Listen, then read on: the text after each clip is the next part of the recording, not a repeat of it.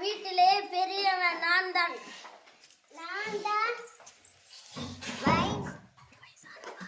வயசான பாட்டி.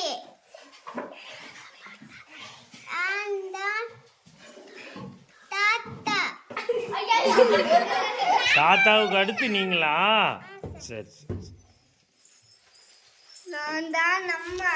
தாத்தா பாட்டி அப்பாக்கு அடுத்துதான் நான் தான் அம்மா. அம்மா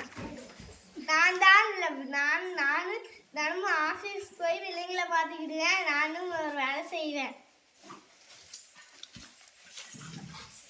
நான் தான் அப்பா.